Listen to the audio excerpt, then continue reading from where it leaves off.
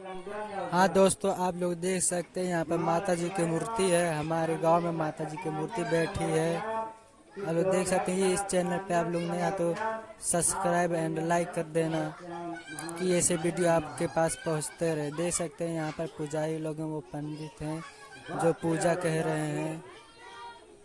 ये देख सकते हैं, इतनी मस्त मूर्ति है, इतनी सुंदर।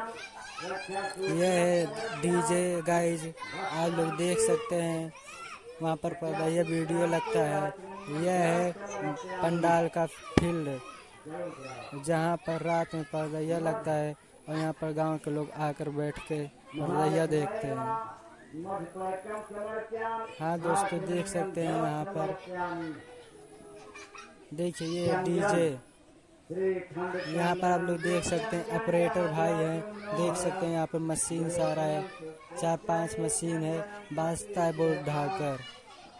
यहाँ पे देख सकते हैं मूर्ति। ये वीडियो पहला दिन का है।